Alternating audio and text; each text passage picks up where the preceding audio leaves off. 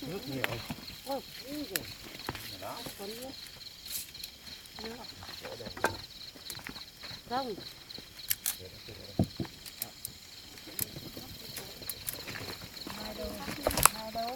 Nước à? Nhiều. Đây có ta. Đủ nhá. Được. Nước rang cả riêng. Nước cả riêng. Đây rồi cũng dám được chúng cháu. Anh em cháu thì thay áo cho cô để chuyển về cô về nhà mới. Tại tổng ấm chợ và với họ quê hương mới ba hồn chính nghĩa ba hồn cô Nguyễn Thị Phương. Cô Nguyễn Thị Phương. Nhà cái chụp ảnh chụp đi.